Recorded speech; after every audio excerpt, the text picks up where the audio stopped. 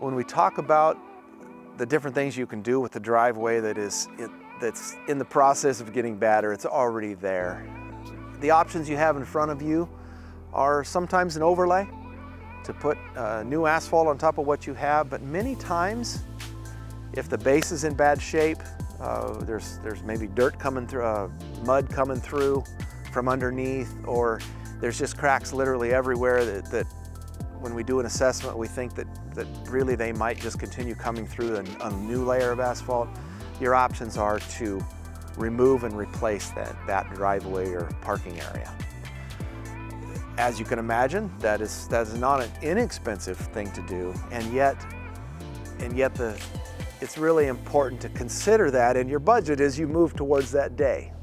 So I'm asking you to walk out the door of your place of work, of your office, the places you own, your house, you might, and look at the asphalt you have and say, if I did nothing, would I be happy with this in 3 years, in 5 years? The point in saying that is that there's a condition that you're looking for that you want it to be. You want to drive in and you want it to look good to you. Someday you might sell the property, you want it to look good to the prospective buyers. And it's just a curb appeal thing. Everybody wants tidiness.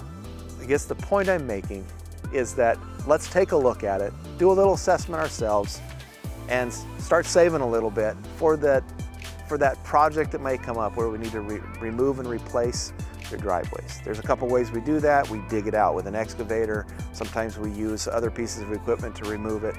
On a larger area, often we will use what's called a mill so that we can grind up what's there and even use some of the existing grindings as part of the gravel base to rebuild the base.